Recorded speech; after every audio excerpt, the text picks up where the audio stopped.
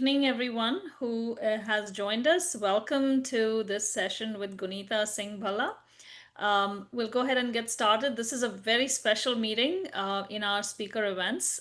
Before we actually start the interview with Guneeta, I will just go ahead and talk about Indian women professionals for a bit. Indian Women Professionals, or IWP for short, is a group meant for Indian women helping other Indian women with career choices, mentorship, leadership, and entrepreneurship. We aim to influence people to think critically about their career and reaching their fullest potential. As they say, your network is your net worth, and you are the sum of the 5 people you spend time with the most. So, your network and the people you spend time with matters. It shapes your opinions, it shapes your ambitions, and inevitably, it shapes your future.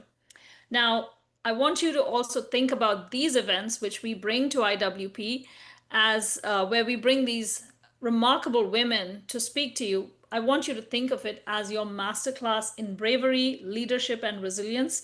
They're free to attend and they're priceless in value. Listening to these interviews is like receiving a personal coaching session from some of the most skilled and courageous and inspiring women in the world. And additionally, you get to ask questions too, which is unlike most podcasts. So, we're here today to talk to a very special person, Guneeta Singh Bhalla, whom I was actually lucky enough to meet through LinkedIn. So, hey, the network actually works, social network actually works. So, when Guneeta and I met, I couldn't thank my stars enough because we do not meet enough people with this level of commitment, in this level of bravery every day, and her story is truly remarkable. So let's jump right into it. Guneeta, welcome. And let's start right at the beginning. Tell us where your story started. I think your early days saw you in Punjab. Is that right? Yeah, first of all, thank you so much for having me. And I am happy about LinkedIn helping us actually network on this. Yeah, so in terms of my story, do you just mean kind of like my childhood and Yeah, yeah. okay. Tell us about a little bit about your childhood and where you started your journey. Yeah, so while I am Punjabi ethnically, my father was in the military. So my earliest memories are from Ladakh and Kashmir because that's where we lived in my very, very early days. And I think I was recently connecting with somebody on a post they made about being the only wife amongst army men in Ladakh. And that was us. When we lived in Ladakh, I was the only toddler, and my mom was the only female up there. We lived in these little tin huts that I remember very vividly. Um, and we had these vast landscapes, and that's kind of my early childhood. And at the time, I do remember us attending some of the indigenous festivals, which I don't think are held in the same way anymore as they used to back then, because that's before tourism was opened up in Ladakh. It was in the 80s. So Ladakh was still closed for tourism. Um, and we lived in Kashmir on Dal Lake. Um, and eventually I did make it to Punjab. By the time I was in third grade, we moved to Ludhiana. So also grew up in Pune. So some of my earliest schooling memories are from Pune. Um, I grew up in a sort of, military slash Anglo-Indian community in Pune. I had a lot of Anglo-Indian friends in school and Marathi friends, some of whom I'm still friends with. And so that was, so, we moved around India a lot. Eventually, we did end up in Punjab, Ludhiana, and then Chandigarh before leaving India, moving to the United States when I was 10. So, just to color this a little bit, can you tell us about your days in the farm that you told me about? You know, your early days in the farm where you saw these artifacts literally in your farm. Is that right? Yeah, absolutely. So all of our summers, all of my childhood summers, regardless of where we were stationed, 3 months were spent in Punjab. So our parents would drop us off. My mom would drop us off at our nanke, my mother's, my maternal grandparents' home. And my uncle there is now the caretaker of what was, the family property, the family farm in Gandhara. And yeah, so as the underground water level was receding in Punjab, people started digging deeper and deeper wells to reach that water. And as a result, it became quite common for people to find artifacts. They would find Indus level, Indus Valley time artifacts. They would find all kinds of gold and coins and fascinating stuff. Mostly it was melted. If it was not gold, it was discarded. And my uncle, who was a history buff, would get a hold of these discards. They were still fascinating. Some of these are like 2,000 years old. Some of them are from the time of the Kushan Empire. Some of them are time from the Huns. And even one coin ends up being from the time of Menandar, who was a Greek king who was Buddhist, and he ruled over that, northern India, mostly northwestern India and Pakistan region today. So yeah, I was very fascinated by history and just the fact that um, it's, the preservation of it in South Asia, the knowledge of preservation and how to preserve it properly was very, very lacking. And the preservation itself of history was disappearing every single day. Every time something like this was found, there was no incentive. Like in European countries, governments create incentives. People who find ancient treasure, usually the government will give them a big compensation package to get that from them. Nothing like that existed in India. And so a lot of ancient stuff was just disappearing. Mhm. And there wasn't, people didn't value the old as they're finally starting to now, although a lot has been lost already. So those incidences kind of really were impressionable, and they definitely left a drive in me, I would say. But also I would have to credit Vivek High School in Chandigarh, where I was in fourth and fifth grade. We did a field trip to Ropar, and I think it's now called Rupnagar. Or I guess that's a Hindi name, and then Ropar is the traditional Punjabi name. Um, there is, a very large Indus Valley site there, and it was being freshly excavated at that time. When we were that young, and our school teachers took us on a field trip there, and we actually got to walk around and even help them with the dig, carry around some of the dirt. We saw fresh artifacts being pulled out of the earth from 5,000 years ago. And I remember a toy being pulled out when we were there, and it was just absolutely fascinating. So I think those types of, and that, says a lot about what schools can do and how impressionable that can be. Um, but those are some of the early experiences that got me fascinated about history. I do want to ask you, I want to save this question for later, but I'm going to ask you now so that we can remember, so maybe we can remember to talk about it later because we have so much to cover. But I do want to ask you, and why should we be interested in history, and why is it important to have the right narrative? Now, I won't ask you to address that question right now, but I feel like it's something we should talk about later, right? Now, because it is just so important. Um, so, a couple of questions starting from there. When you were 10, you said you moved to the US, right? And Yes. you also describe yourself as a visual artist. So, help us dig into that. What does that mean as a visual artist? Yeah, so I was an illustrator, and that started even before I could read and write. So my mom was a painter. So when I was like 2 years old, I remember I would sit next to her while she was doing her painting. I would have my brush and I would be making my stuff. So and I think I was in first grade when I won the camel contest in the state of Maharashtra in my age group. Mhm. So I've always been into that. And then high school in the US, and middle school, I kept just getting entered into competitions by my art teachers and winning a bunch of awards.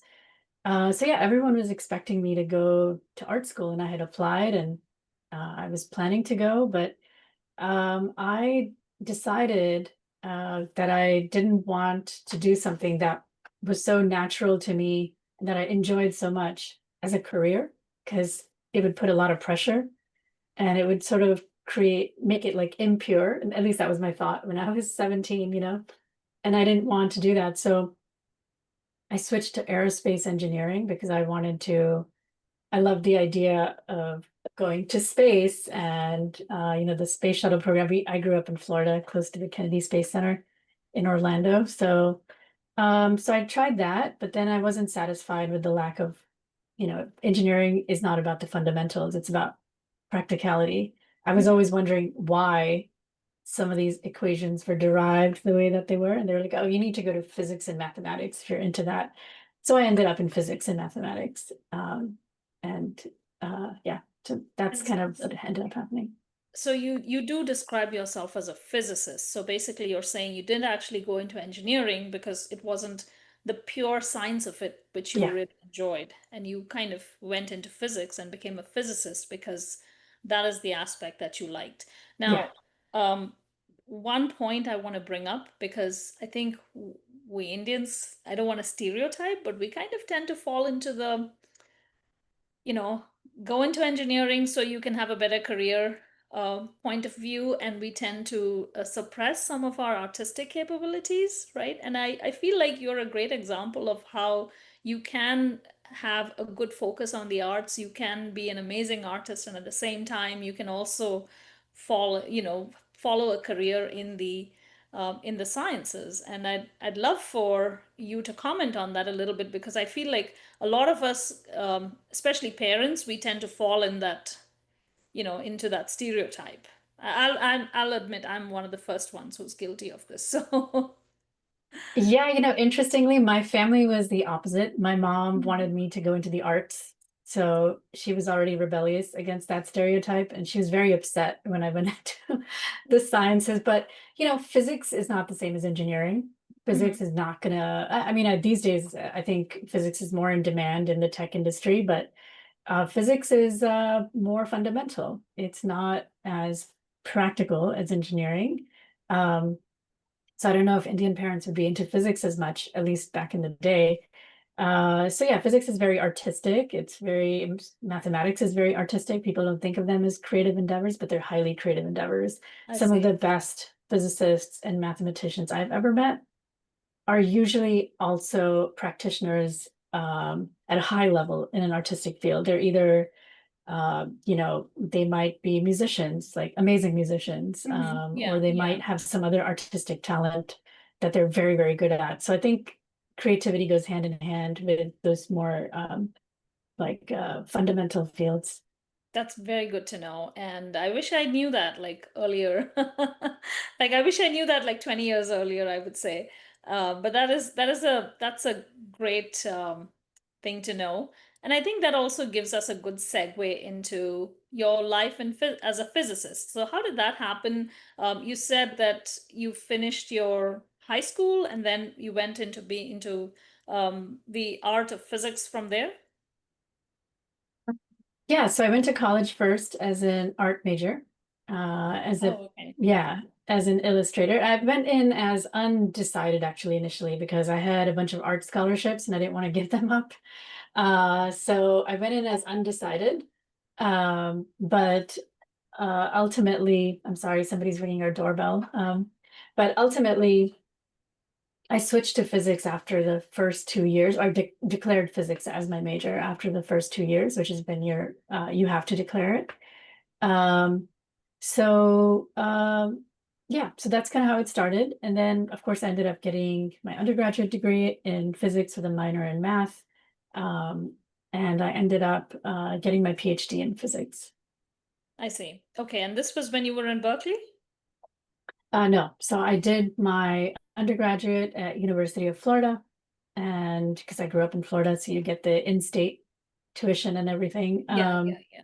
And I did my PhD also at Florida, between Florida, and I did some research in Tokyo. I see. So yeah, I was going to talk about that transition from Florida to Tokyo. So how did that happen? And then what happened? Because that's what the whole story is over here, right? What we're going to talk about is what happened when you moved from Florida to Tokyo and what you saw and where you went with that. Yeah, so I never officially like moved to Tokyo. I was there usually temporarily. I was there for, one block of like I think 3 to 4 months.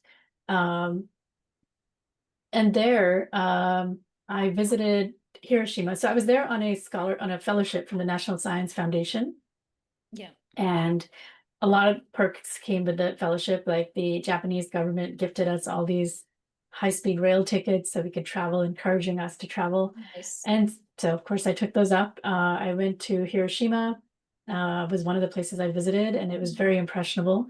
So I'd had this problem in the back of my mind I had been thinking about for a very long time, like we need to do something about this gap in history between what my family has said about partition versus the complete non-existence of that history and denial of that history in our books everywhere, India and United States and Pakistan and England and everywhere.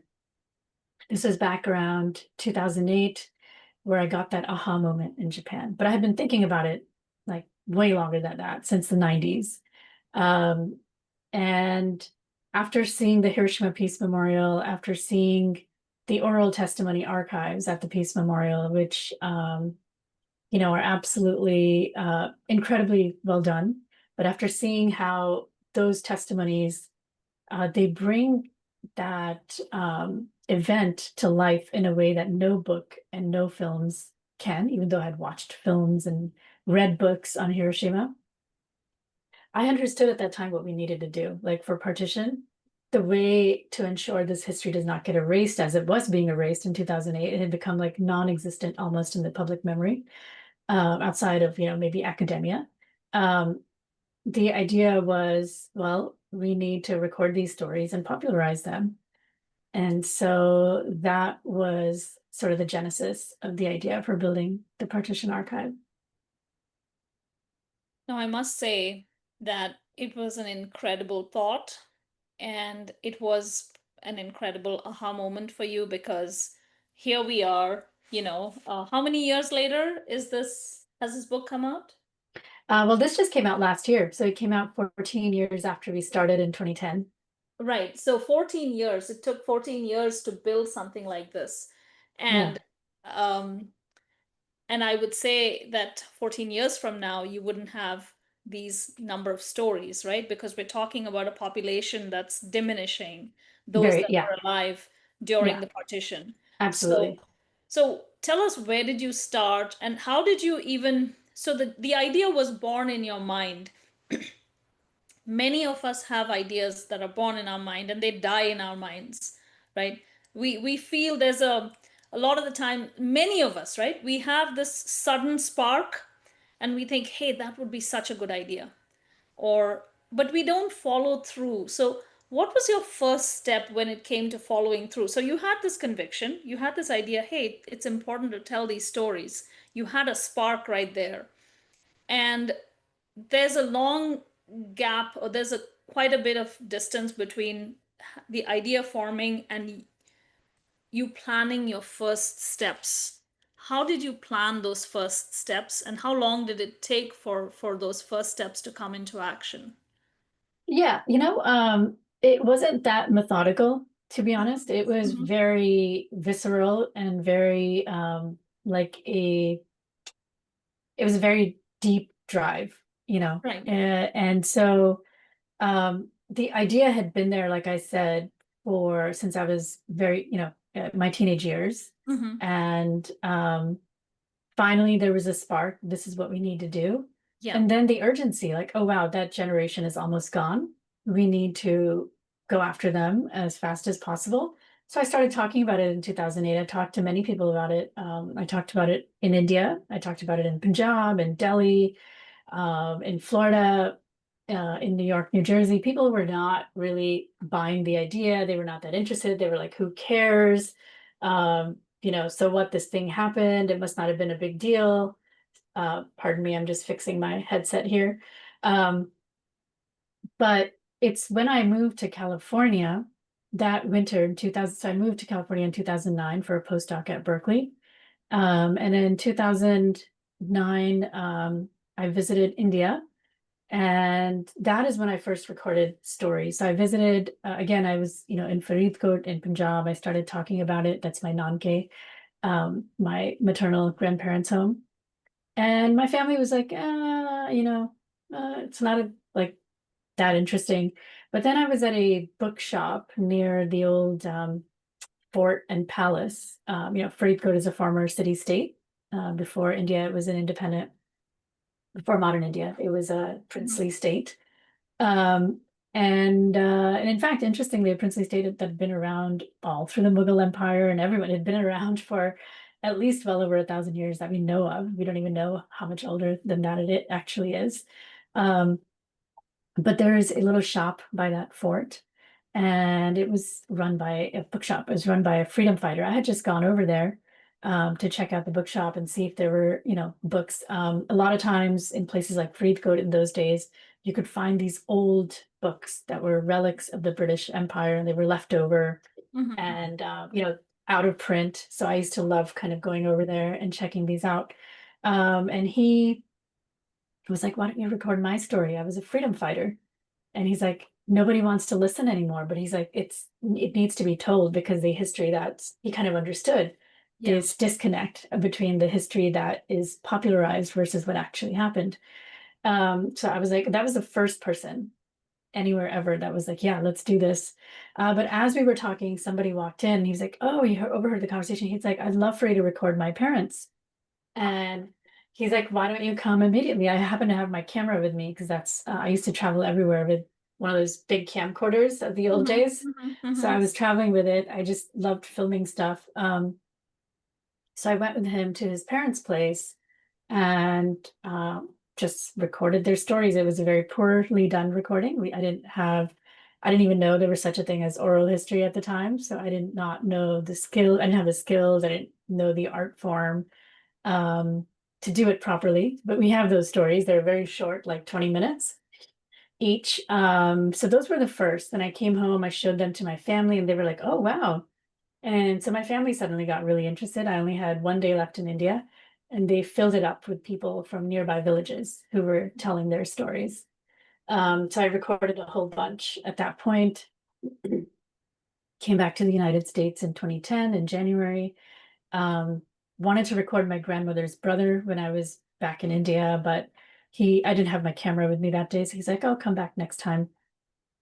Unfortunately, that June, he passed away. And while I was in the United States. And that's really what lit the fire. I was like, oh, no, no, no, no. So many things get in the way, work, this, that, but this has to happen at all costs, even if it means I'm not getting any sleep and I'm doing this after hours. So that's how it started. I was just deeply obsessed. I was doing it um, in the evenings after work, all weekend long. I was new to the Bay Area. I didn't know anyone in California, so I didn't have any of those inhibitions that you have when you're in a place where you know a lot of people and you feel like they're going to judge you. Mhm. Mhm. I didn't care what anyone thought here because I didn't know anyone. So I just pulled out the yellow pages and I was like, let me show up at any mosque, temple, gurdwara that will allow me. So the first place I visited is the Fremont Gurdwara. It's because, I'm Sikh, and it is easy for me to um, go to an environment like that and know how to act and Mhm. behave.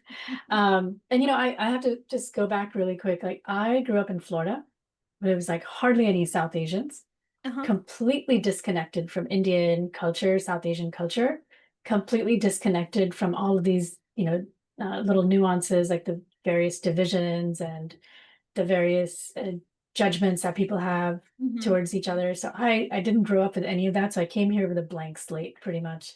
That's awesome. Um, Yeah. so I showed up at the Gurdwara only because I knew like how that culture works. It's my culture. And so um, I talked to the committee members. They were like, oh, who cares about partition? Why would you want to do that? There was one female committee member. As I was leaving, she was like, wait, wait, wait. She's like, I'm female. I'm the first female committee member they've ever had. She's like, I have no idea what you talked to them about, but I want to support you. So what do you want to do? And I was like, well, I want to see if I can get people to sign up to have their story recorded. She's like, okay, we're going to put up a table and we're going to write this sign. So she wrote this sign, like stories of 1947 or something.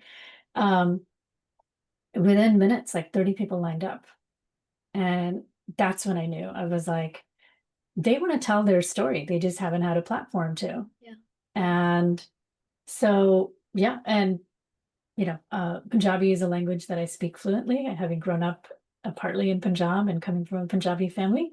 So it was very easy for me to communicate with that, people in my community. So yeah, so that's where it started. And then once I got these 30 people to sign up, and I was like, wow, each of these interviews is going to take like an entire day to set up and go there and make it happen. And this would take like 30 weeks if I were to do it just on the weekends. There's no way. There's thousands of people out there that we need to get to. Yeah. So we need to build a team. So I just started emailing every South Asian organization I could find in the Yellow Pages. Back then, it was very Yellow Pages heavy. Yeah. Every student group I could find on campus that was South Asia related, and asked them, hey, can I come and give a lecture to your group? Because I'm looking for volunteers. A few groups agreed. I went and gave lectures in their meetings, student meetings, and they allowed me to yeah, sign up people. So a lot of people signed up. And I have to say, in the early days, we were heavily non-South Asian. Our group was not really even South Asian. South Asian students were much more into wanting to become engineers. They were not interested in this. And so it was people from around the world, from every ethnic group you can think of under the sun, who were joining the project. We're like, wow, yeah, there's this big gap in our history from a very large part of the world. Let's do this. So that's how the early volunteers came about. Of course, there were South Asian volunteers as well, definitely, big driving force, but there were a lot of non-South Asian volunteers. So, just to give a context over here, when you and I spoke earlier, you mentioned that you realized the gap between what was covered about the partition in commonly known popular history over here. Can you give us an idea of what you did learn officially in school so that it gives a context about about how much the partition was actually covered in popular history here? Well, in my school in Florida, it was not covered at all. It was just there was one line. It was Gandhi led a peaceful march, and the British said bye, and it was a very like peaceful affair.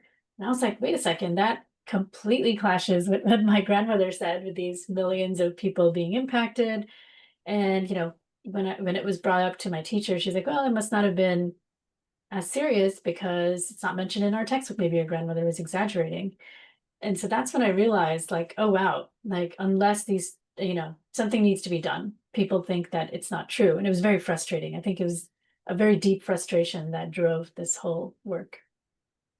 And you also mentioned how after you had that realization in after visiting the Hiroshima Peace Memorial, you also had this realization, and then you presented your thoughts to multiple people who kind of tried to shut your idea down.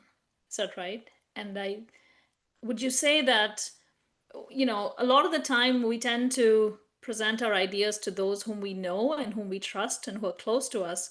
And do you think the reason why they um, sort of don't support it is because in their minds there is the fuzziness and the size of the project which kind of inhibits their own thinking about it? And how Um, would you present that? How would you overcome that, as a strategy when you've got a big idea? What would you say? I think I would say that in my case, my natural instinct was I was so driven by this idea that like nothing was going to stop me. If people in my inner circle were not interested, that was totally fine. I was not going to burden them with the idea. Yeah. I was going to move on and find people who were interested because I had a very deep conviction that this needs to happen, that the world was moving on with this huge thing that was missing in our history, and the histories that we were learning were so inaccurate um, that the future, like all of who we are in South Asia, why we are the way we are, why the North is in decline when back, before 1947, Lahore and Punjab and, Bengal and Calcutta, these were some of the most thriving regions of the British Indian Empire. You had some of the highest GDPs in Asia coming out of these regions, and they were in decline. Like, why did that happen? It's not random. There's a reason for that. So all of this, and even though at the time when we started this work, this whole concept of generational trauma was non-existent, I intuitively knew that this has impacted us on a deep level. I couldn't articulate it because I didn't have the language for it, but Yeah. I intuitively knew a lot of these things. And I felt that in order to really understand who we had to go back and look at this history, even though over and over and over, especially from the South Asian community, not South Indian, South Asian community, I would get like, oh, who cares? Get over it, move on, Yeah. and all of this stuff. I was like, nope. And mainly the people that agreed with me the most were the partition witnesses. So I was like, well, it's their children who want to move on, but they really want to tell their story. Yeah. It was like the next generation that was not interested, my Yeah. parents' generation. And so yeah, so I rallied my generation at that time, 15 years ago, Yeah. to make sure that we don't forget. Yeah. And so it's actually a sign that when you have an intuition, that we actually listen to the intuition, right? Yes, No matter who tries to dissuade you, it's important to listen to that completely. intuition. Yeah. Yeah, yeah. Yeah. I mean, it's good to hear other people's arguments too, because sometimes you may want to get a reality check. You may be way off or something, but you should keep assessing what everybody is saying honestly. You got to honestly assess it. If you assess it through a lens of ego, you're not going to make the right decision. If you actually assess it through like, hey, okay, let me imagine that this person has a point, go through that scenario in your head, the one that's scaring them, and then figure it out. Like, is that really something to worry about? Um, or should we move on? I mean, one of the things I would say, like my mom, who's now like a big supporter, it took her like, 12 to 15 years to become. I mean, we did an event last night. My mom was, it was the first time she volunteered for us. Whoa, she was amazing. But it took her a long time in the beginning. Her biggest complaint to me was like, oh, Delhi elite are going to poach your idea. Indians are not going to treat you right. And she was very fearful that I was leaving this. She had, it took her a long time to agree to a physics career for me. As I Mhm. told you, she wanted me to go into the arts, but now after she had gotten on board with physics, I was changing again. So it was too much. And then this one was, she was like, no, no, we brought you out of India. We worked so hard to bring you here. Now you want to go back over there. And people are not going to treat you right. Women are not treated right. 100% of everything she said came true. We did, people did poach the idea. People did mistreat. They did all of that, but it didn't stop the work. We're still here. We survived everything.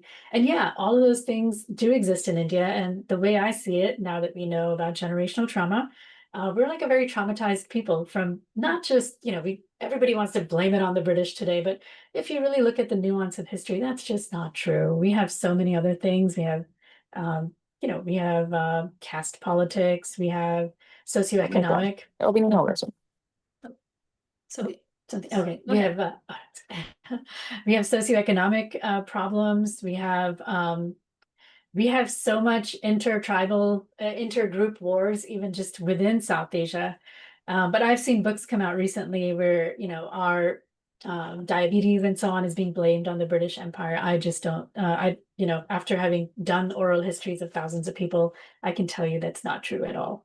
Um, yeah, so we are a traumatized people, and partition played a huge role in that, especially the north part of South Mhm. Asia, Pakistan, India, Bangladesh, an entire sub-Himalayan belt was deeply traumatized. Even if you didn't have killings in your own family, economic systems were completely disrupted.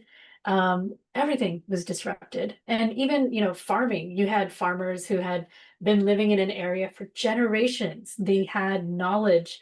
They were even genetically like integrated into that land, if you will, from constantly exchanging material with their body in that land. Mhm. Um, and here they were uprooted, and all of those techniques got lost, and they were moved to some place completely different, with different land, different patterns of weather, and so on. So, and that happened in many different areas. It happened in business, it happened, and then of course you have the trauma of all the people that lost family members, all the people who didn't lose family members and saw murders happening in front of them, which is, we had about, 14 to 15 million die, it appears. Sorry, 14 to 15 million people displaced, and anywhere from 500,000 to 3 million people, which was the latest Harvard study, said 3 million people um, who were killed. But there were millions more who observed a lot of that and were traumatized, right? So all of those things have added up to bring us where we are today, right? And all of that needed to be understood. Now, when you filter down those millions of people who witnessed the partition, millions of people who were part of it and traumatized by the partition, and bringing it down for, essentially coming down to today and the people whom you've spoken to, like what percentage of those people have you I mean, again, it's a dwindling population, right? How many your current book says 10,000 memories. How many more people do you think you're able to get to and speak to Yeah. catalog these stories? So the book is called 10,000 Memories because that was our founding goal. Mm-hmm. And we got to that goal in 2020. Mm-hmm. It seemed impossible in 2010. People were like, no way, that's an exaggeration. Like, you're never going to get there. But I was pretty determined. I knew we were going to get there. And so we're now at 12,000. And we're just estimating that we will probably be up at 15,000.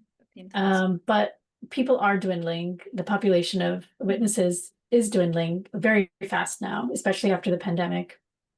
Yeah, And it yeah. is, for our oral historians who do this work, the story scholars, it is slightly more challenging now than it used to be to find people. And we've had to modify the program a lot to accommodate for that, our scholarship program. So, yes. So you're operating on a scholarship program. Tell us more about that. Oh, no, no, we're not operating on one. We execute a scholarship program. So it's one of our many programs. We have Okay. like a huge internship program. We've graduated about 1,000 interns Okay. who've gone on to do awesome stuff. But we also have in 2012, we implemented a scholarship program because our oral histories were primarily gathered through crowdsourcing. Mm-hmm. And crowdsourcing depends on an individual's culture. So in urban areas, it was working good. It's working well. People latched on to that modern culture. But that culture was not penetrating all places, especially rural societies or war-torn societies. So to get to those areas, to get representation, we launched a scholarship program. And these are scholarships that are funded by individuals, and they get to name their scholarship. And they get to fund a particular area that we have on our list of areas that needs to be Okay. funded. Got it. And some donors, of course, come in and say, okay, just here's my scholarship donation, and you can use it for any area that you deem important. So we have that as well. So at the moment, for example, we're running a Northeastern scholarship, and we're running a second scholarship for women only because we've noticed that women, especially in rural places, are less likely to come forward. So to encourage that, we have an all-female, little team that's working on that aspect. So we administer these scholarships, and anyone out there who's interested in sponsoring an oral historian in a region that's not represented, that's one of the things we do. That's brilliant. That's brilliant. I'm going to pause at this point. Oh, we have 20 minutes left, but I am going to pause and ask if anyone has questions. I mean, I think it's, yeah, go ahead. Go ahead, Rena. Sorry, my name says Dia. It's her computer, my daughter's computer.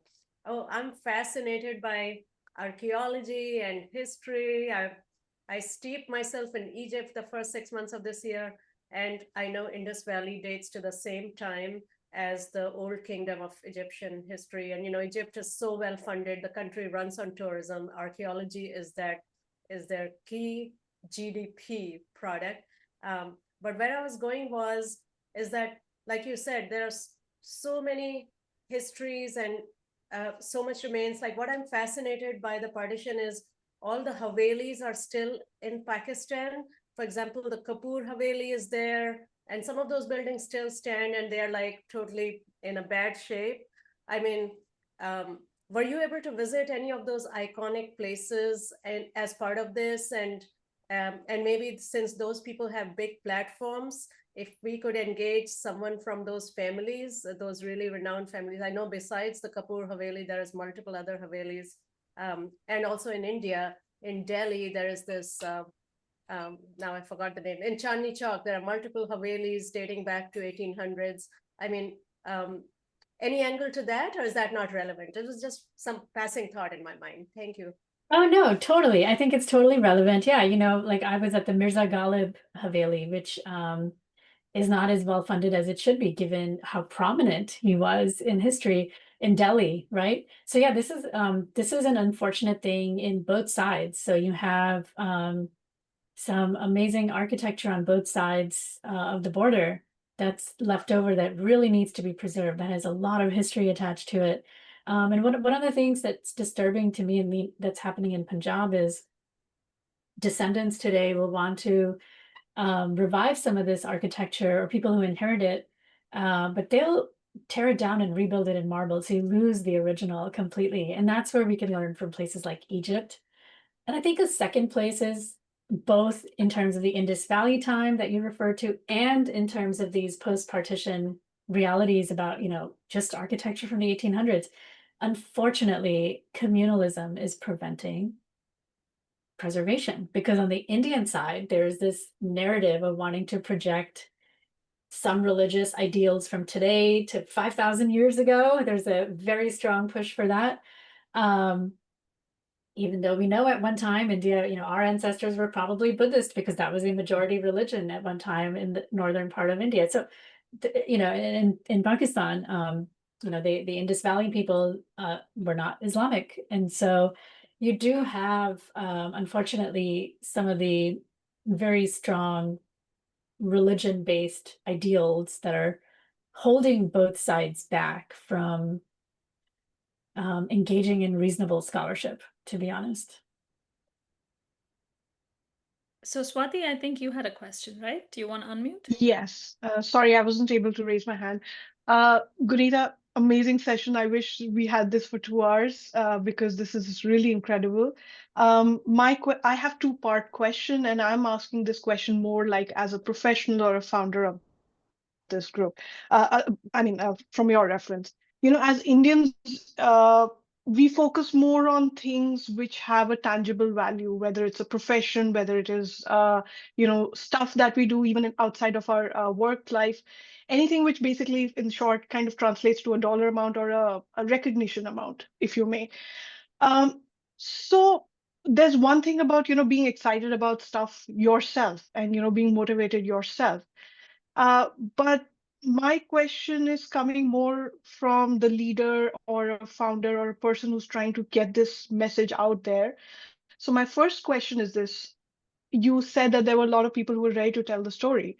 I know you and I connected because my grandfather is 102. He was part of the partition and when the independence came up and all of that. But when we went to him, he was like, my story is not important. It's not relevant. It's not worth telling. I don't want to talk about it. So my first question is, how do you talk to people about that and kind of convey the importance? Because for people like me who may be interested outside of academia or historians, we don't know the history. They've seen stuff that we don't know about, but just because they don't feel that it's important enough. And second, as a leader of this amazing group, and you have massive number of volunteers, people, team members working, when this at the other side, it, as you had also mentioned it during your talk, there's not like a lot of like, oh, who cares? And there's not a lot of that we need to preserve this. What do you say to your team members when there are like pushbacks, or when they say, hey, we just recorded a story and put it out there and hope that somebody's going to appreciate the effort? There's a lot of like team morale aspect that I would love to get your thoughts on, that for you to continue it for so many years, more than a decade, how do you keep them going? How do you motivate them? Thanks. Yeah, so I think the cause, I don't think I have to do that much. The cause motivates them. I think the cause motivates people to continue to want to do this work. I think, sorry, I missed, I'm not forgetting your first question. Can you remind me of the very Yeah, first one? I was just saying that, for people like, my grandfather that you Oh, had yeah. very kindly suggested, but he said, my story is not important. I don't want to talk about it. He's 102, and I'm worried that the story that he's seen as a police officer during independence, it's getting lost just because he doesn't feel that there's relevance to what he experienced. So that was my question, that how do you talk to people like that? Yeah. So, that is very common, extremely common. And we have, our team members are very adept at speaking to people. And quite often, if it's somebody outside the family that approaches them, like, say, hey, we would love for you to share your story. We're interested in your personal experiences, just your everyday life. We want to know about everyday life, what it was like. It's very rare for somebody to just not come forward at all. I haven't actually had someone who's just completely outright denied me personally, but like 100% of the time people have agreed, like, yeah, okay, yeah, so you just want to know about my everyday experiences, because that's what we were just recording, their personal experiences. The people saying like, oh, I don't really know the history of that time, so why do you want to interview me? Especially women say that a lot. And we have to keep reminding them that it's not about the history of that time, it's about your history of that time, your personal observations of that time. So that's kind of what we say, but I'm happy to talk to you more about how we can speak to him, like maybe privately. And also, maybe somebody on our team in Delhi can approach him directly and we can see if he's more willing. But it's very common, we found, where people who witness those times, especially if they witness some really horrible stuff, they don't want to talk about it with their families. They want to talk about it in an impersonal manner with somebody that they don't necessarily know and may never have to see again. And that is something that we find, and it's very common. And there's a lot of, I think psychologists can tell you a whole bunch of reasons for why that may happen. I think we can also say that they prefer to anonymize their messages, right?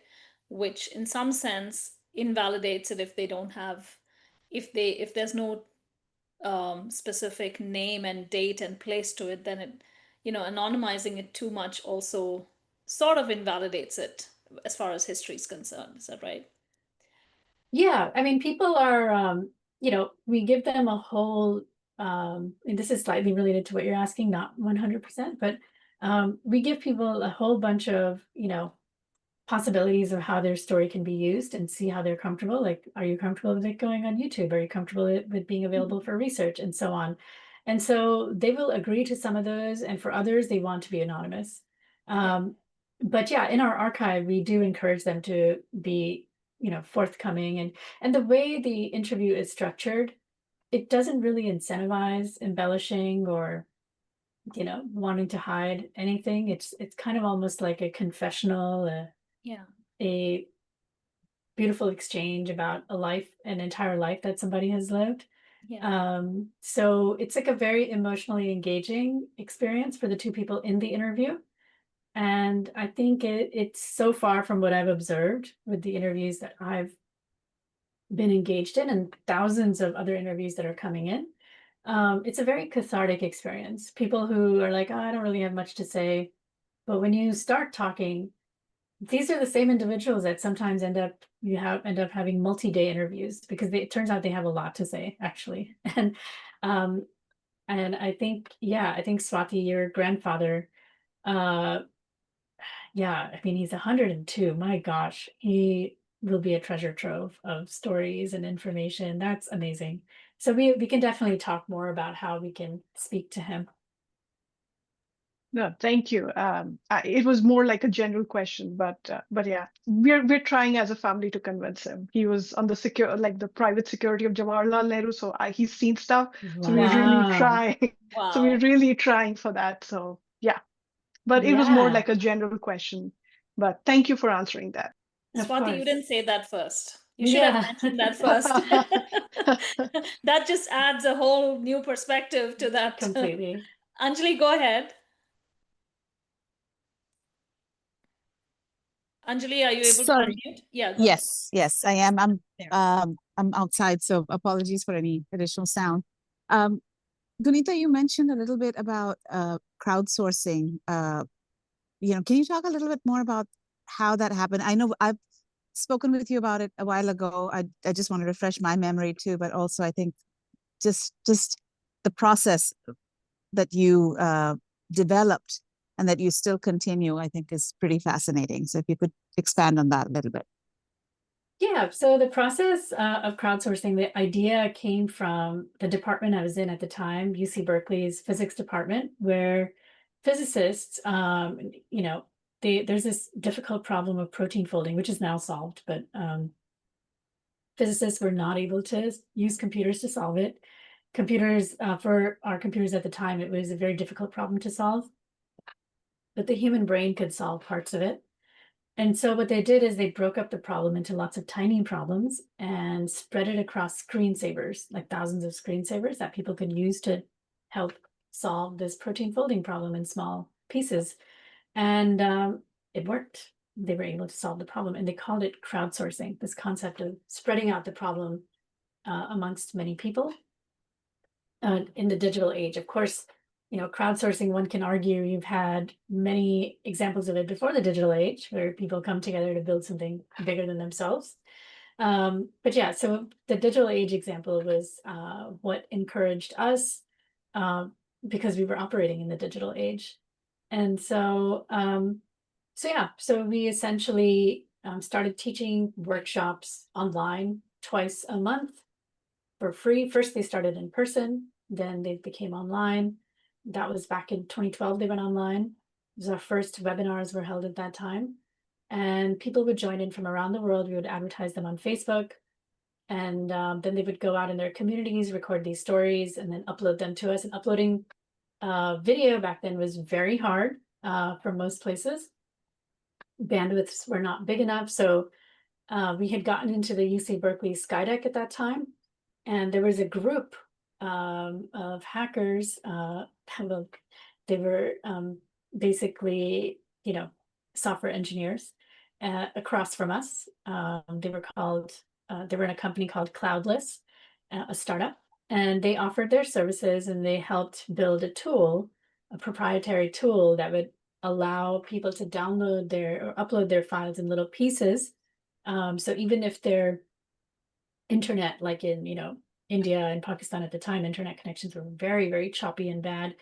Even if your internet dropped off for like a day, you could still pick up the next day and uploading that file. That was a very unique thing at the time. In fact, they ended up selling their company because of that technology that they developed, which is now quite ubiquitous. It's quite common.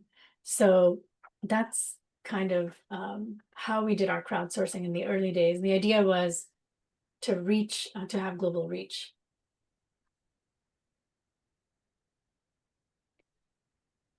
So I had one question. Does anyone else have any question? I know Swati, you had another question, but I think Anu is asking, would love to know, as you go through the various stories, I'd assume some families rebuilt while others took it hard. What made the difference for those who were able to rebuild? Was it relatives who stepped in from different places, or was it simply having something of value that they could carry?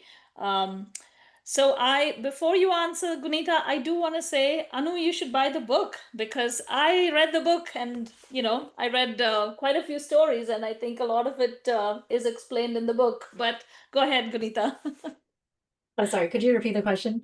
The question was, what made the difference for those who were able to rebuild? Was it relatives who stepped in from different places, or was it simply having something of value that they could carry? Interesting. I think it was a combination of both. Like whatever, you were able to, whatever assets and help that came your way was huge. And I have to say something. There was something very interesting that I've observed. There were people who, as early as 1940 and 1941, who both sides of the border started feeling uncomfortable, who started saying things are not going well. And they started putting roots in what ended up becoming the opposite side of the border very early. And those are the people who sensed political unrest very early, who ended up I think having the least amount of, personal damage. They moved even before, like well before partition happened, because they had the instinct and they didn't ignore it. So I thought that was really fascinating. But yeah, in terms of people rebuilding, there was a scheme where the government did give you some compensation for what you had left behind, what you lost. That worked in most cases, but in a lot of cases, even that was, messed up in some way or another. Either somebody else came and took your compensation, somebody with guns, or you didn't get it because you didn't have the right paperwork and there was no proof. So a lot of mishaps like that also happened. But I think, yeah, support from people, from NGOs, from your own family was huge. And it seemed like on both sides of the border, people were very helpful in supporting each other and the refugees who were coming in. Yeah, Not that's always. There was discrimination too, but yeah.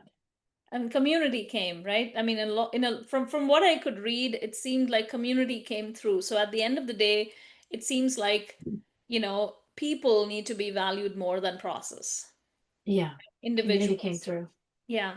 And so I have looking at it from Deepthi, I will get to you in a second. I know you have questions. Just one second. I want to talk about, this being a network of women who are this being a network that is focused on empowering women. Two things that I want to ask about is, how should women value their own thoughts and how do they nurture their own conviction? And I feel like you're a prime example of someone who has nurtured your conviction, right?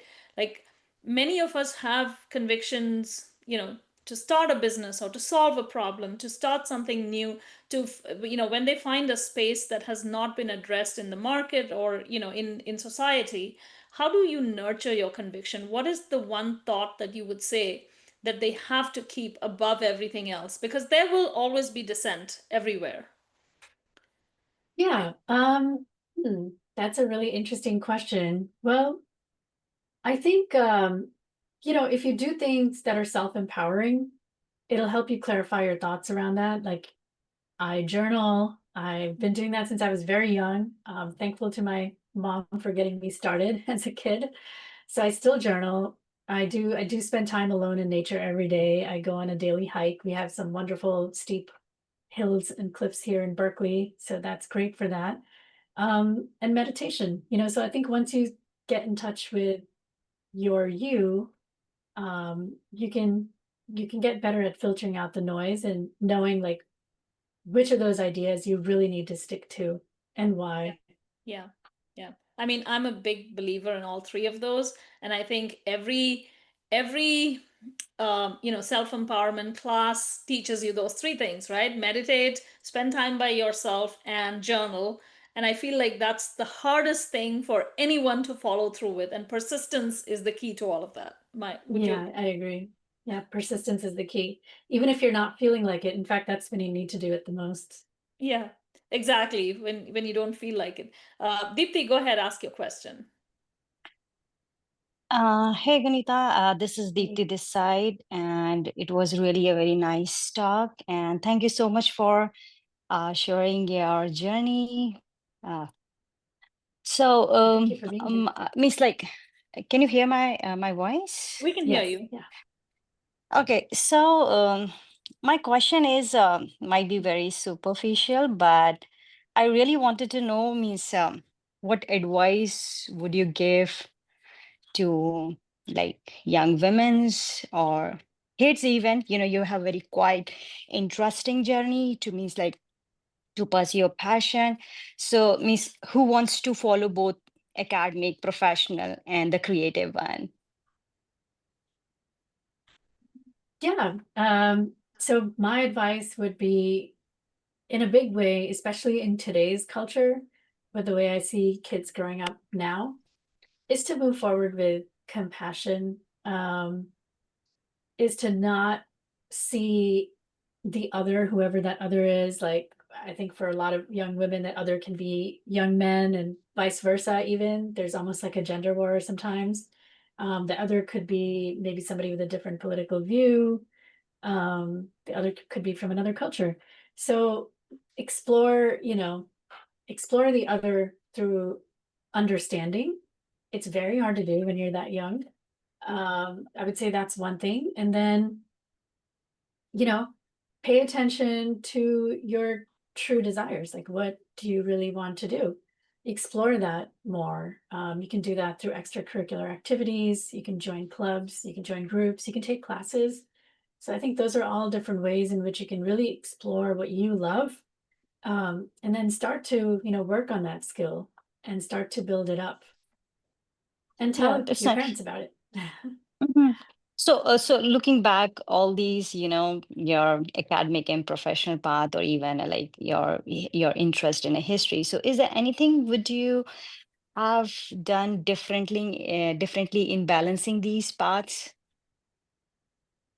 Well, you know, I think, it's really hard to say because I feel like at every moment I've tried my best to make the best decision possible.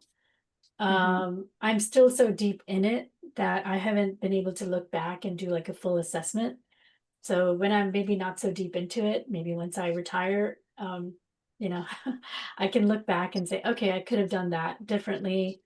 Um, but yeah, there are small things that you learn all the time. We're constantly assessing ourselves. After our events, for example, we do a team assessment, like we look at all the feedback. I'm constantly trying to assess myself, and looking at feedback that I get in all kinds of ways, subtle or, direct. And I try to see how there can be improvement the next time. So I think that constant feedback, and being really self-aware can be helpful in that regard. Mhm. I hope And that means like, answers. yeah, yeah. But do you miss, I know I don't know how is it sounds. Do you have any moment of anything like burnout or self-doubt? Because, when I see you as a physicist and your interest in arts, both are entirely different. But yeah, there might be some correlation, but did you feel any those kind of moments? Oh yeah, absolutely. And I think that will come with anything that you do. So when you love something, you can get really carried away. And I've had Mm-hmm, complete burnout, and I've learned how to be better at managing my relationships, how to create more of that balance. mm-hmm, I mean, there was a time when I would say the first 7, 8 years where everything was secondary to the archive, everything. And everything and everyone. But that changed. Eventually you know, things happened, and I recognized that, it's better for me and the world and the archive also, and everybody around me, all the people that I care about, if that's not the case. So now I definitely have a more balanced life. So those are just things that, you learn and you do. Um, and yeah, and I think there's a lot of other things like that too. Like I feel like, there should have been more of a focus on fundraising in the very beginning. mm-hmm. And so on. And there's certain decisions that certain people whose decisions I listen to, instead of listening to myself. That's I think one of the biggest learnings is when you have a very strong instinct, but you still get swayed by other people's arguments, and your instinct is extremely strong, and you don't listen to it. And that's where things can play out sometimes that don't go right. So I've learned, to fine tune how I listen to myself, my instincts, and kind of weigh things better. Mm-hmm. Yeah. Thank You you so can, much. Yeah. Yeah, of course. Thank you. but you can only know that if you try, right? You can only know Absolutely. that your instinct was right if you actually follow it. Yeah, And you can absolutely. only know that someone else's opinion was wrong if you follow it, Yeah, absolutely. right? So, I mean, this is something that I feel myself saying this constantly to this group and to the people, where I meet them in so many different venues, but my message has always been, you got to try. Yeah, And you got to fail, and then you got to try, and then you got to fail and just keep with it. yeah, Persistence, right? So, absolutely. I mean, you've been a stellar example um, of that, really, and it's amazing to see what you've come out with. I mean, I've been reading through the book. I mean, there and just so you guys know, whoever's here and whoever's watching this video, they are little epithets in most cases. They're wonderful photographs, little stories that just could be our story at some point, right? I mean, I saw some of them where, especially some of the areas that were not affected, they talk about, okay, this was happening and I was in this city and this is what happened. And yeah, which is a very, very simple things, nothing major in many, I mean, not all of the cases, but there are some cases where there's nothing major happening. I mean, people did have lives and they went on with it. And we could say that about us too. There's so many things happening around in the world, and we are living in this today's day and age, and we are continuing like normal. And we could Yeah. work to do what we want and make the world a better place, however we are doing it. So, right? Yeah, absolutely. Absolutely. Any other questions?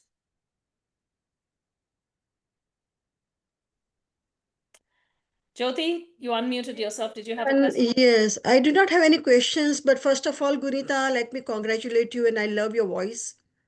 You have beautiful voice, Thank you have you. beautiful conviction, and the whole time I was just listening to you, and it has so much transparency in and the strength in your voice that you're sharing so very naturally and with great power. And I was really carried away with. I mean, I really don't have any words to express what I felt, but incredible journey that you have been, doing it. So I'm really very proud and feel very empowered. Thank you. Thank I'm you. really touched. I'm really, really touched. Thank you. That's really sweet. And I think we can reflect that from everyone, really. I know there are many here who wanted to attend and could not, but I think your message is very relevant, and I hope it resonates across everyone who watches this interview or whom you meet with in the future as well. And just so you guys know, this is the book. I would highly recommend. Okay, where is it? Yeah, I There think it is. it's kind of Yeah, I think you okay. can see it right now. Looks like So Swati's got a copy. Yeah, thank there's you. a link to it. Swati has put a Yeah, link to it Okay, in now the I group. can see it. There Yeah, we go. that's the Perfect. book. 10,000 memories, right? Is that what it Yeah, says? Yeah, Okay. yeah. 10,000 memories. It's on Amazon now as well. It's a beautifully illustrated book, really well done. It's what can I say? It's very Yeah. touching, and I think your whole story is really relevant, Guneeta. I've heard many stories, and I think this is a really important story for everyone to hear and to understand and to take away from. The power of conviction, really. Yes. Yes. Thank you, and thank you, Priyanka. For doing these and empowering us every time. My pleasure. Thank you. My pleasure. Yeah, Thank you. thank you so much for having Of me and course. for creating the group, Indian Women Professionals. My Yeah. pleasure. I'm so happy. Please keep in touch, Guneeta. Come back. Tell us more about your Absolutely. stories. Hopefully this will go on, and please keep in touch. Be a part of our group and continue to give us your messages and do your Definitely. amazing work. Definitely. Yeah. Thank you. Thank you And, again. and Priya, before you go, I just want to throw it out there. Guneeta, I'm really looking forward sometime in Austin, if we can do the photo exhibition as well as a talk in person, that would be amazing. So Yes. just throwing it Yes. out there. Yes. Yeah, we do have a traveling exhibit. If any of you know of a museum locally who would want it, it starts in Los Altos in December. It ends in May after 6 months, and then it'll be ready to travel. So if there's a local museum that might be interested, let us know. We'll contact them and see if we can get something going. Yeah. Let's Yeah, work on that, Swati. I'd be happy to yeah. help. Yeah. I just And texted Anjali as well that let's coordinate and let's get them here, because I have some people who visited it. It's really amazing. So I have selfish motive because I really want to see it. So Amazing. we'll Yeah. definitely work on that. Yeah. Yeah. You have three yeah, supporters here. There's Anjali, there's Swati, and yeah. there's me, and right here in Austin. So, Amazing. And Guneeta, since I work for the Texas Historical Commission, and obviously oral histories are a big part of what the commission does as well. So I was telling Swati I have a few leads. I might try and pull the commission into it to kind of bring you in to talk about this as a case study on how to how to really do, how to take on a large oral history project, like you said, break it up into small pieces and then implement it successfully. So yeah, hopefully we'll reach back out with some ideas to see if we can bring you in here. Okay, that sounds amazing. I'll be happy to talk to your group about that. Perfect. Yeah, thank you. Amazing. Thank you so much. Thank you everyone who's here, and thank you, Guneeta, so much. Let's all keep in touch. Yeah, thank you so much for having me here. It's yeah, you're a wonderful group, and I'm so glad that this is happening. We need more groups to empower women. Yes, absolutely. Yeah. You said it. All right, Bye thank now. you all. It was good to meet you. Bye. Bye-bye. Thank you.